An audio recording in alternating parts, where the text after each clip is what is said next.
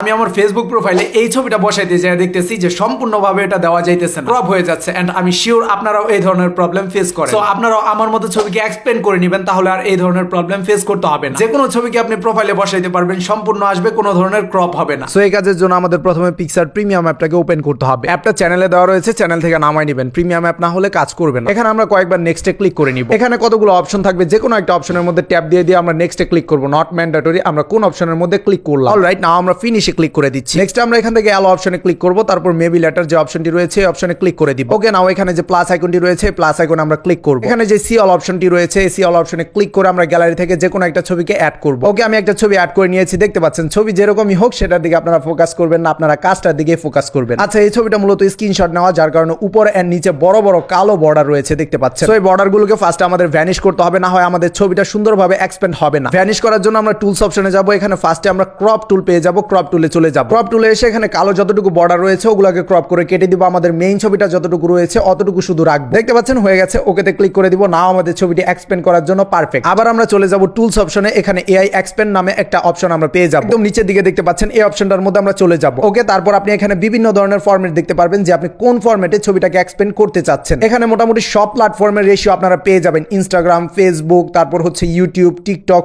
Everything. আমাদের যে ছবিটা সেটা অলরেডি 1:1 রেশিওতে রয়েছে। তো আমি অবশ্যই এখান থেকে ইনস্টাগ্রামের রেশিওটা সিলেক্ট করব না। এখানে ইউটিউব থাম্বনেল নামে একটা রেশিও দেখতে পারবেন, যেটা প্রথম দিকেই রয়েছে। এই রেশিওটা যদি আমরা ছবি বানাই আমরা খুব ইজিলি প্রোফাইল পিকচারে সেট করতে পারবো। সো আমি এটার মধ্যে ক্লিক দিচ্ছি। ক্লিক দেওয়ার পর আমাদের এখানে অবশ্যই সাইন আপ করতে হবে। অ্যাপটা একদমই নতুন মাত্র ইনস্টল করা, সো এখানে সাইন আপ করা কিন্তু নাই। আমি ওল্ড একটা অ্যাকাউন্টের মাধ্যমে এখানে সাইন ইন হব। অলরেডি হ্যাভ এন অ্যাকাউন্টের পাশে যে সাইন ইন অপশনটি রয়েছে এই অপশনে আমরা ক্লিক করব। তারপর এখানে আমাদের ইমেল এন্ড পাসওয়ার্ডটাকে সাবমিট করে দিব। আমাদের যদি প্রিভিয়াস কোনো অ্যাকাউন্ট খোলা না থাকে তাহলে আমরা আগে সেটা খুলে নিব। অলরাইট, সাইন ইন হয়ে গেছে। নাও আমরা ইউটিউব থাম্বনেইলের যে অপশনটা রয়েছে ওই অপশনটার মধ্যে আবার ট্যাপ দিব। দেখতে পাচ্ছেন রেশিওটা কিন্তু দুই সাইড থেকে এক্সপ্যান্ড হয়ে গেছে। কিছুক্ষণ এখানে ওয়েট করব এন্ড অবশ্যই নেটওয়ার্ক কানেকশনটা অন রাখবো, দেন আমরা এরকম একটা রেজাল্ট পাবো। রেজাল্ট দেখার পর অবশ্যই আমরা হ্যাপি হব, বিকজ সাইডের এক্সপ্যান্ড গুলো যে ফেক সেটা বুঝার কিন্তু কোনো ওয়ে নাই। আমি যদি বিফোর ইমেজটা আপনাদেরকে এখানে দেখাই, দেখতে পারবেন ছবির হাতগুলো কিন্তু কাটা, বাট হাতগুলোকে এআই এরকম ভাবে এক্সপ্যান্ড করছে যে পুরো রিয়াল, বুঝার কোনো ওয়ে নাই। বাট এখানে আপনি সিলভার কালারের একটা লেয়ার দেখতে পাচ্ছেন যেটা টোটালি আনওয়ান্টেড। সো আমরা এটাকে রিমুভ করে দিব। এর জন্য আমাদের চলে যেতে হবে রিমুভ অপশন। নাও আনওয়ান্টেড যে পার্টগুলো রয়েছে ওই পার্টগুলোকে আমাদের সিলেক্ট করতে হবে। ছবির দুই পাশে দেখতে পারবেন সিলভার কালারের একটু একটু করে লেয়ার এসে পড়েছে। সো সম্পূর্ণ লেয়ারগুলোকে আমি স্ক্রল করে করে সিলেকশন করে নিচ্ছি। এন্ড সিলেকশন করা হয়ে গেলে আমরা জাস্ট রিমুভ অপশনে ক্লিক করব। এগুলো সবই রিমুভ হয়ে যাবে। এন্ড এই ট্রান্সফরমেশনটা দেখতেও কিন্তু খুব রিয়েলিস্টিক লাগবে। ওভারঅল আমাদের কাজ শেষ। নাও আমরা ওকেতে ক্লিক করব এন্ড ছবিটিকে সেভ করে নিব। দ্যাটস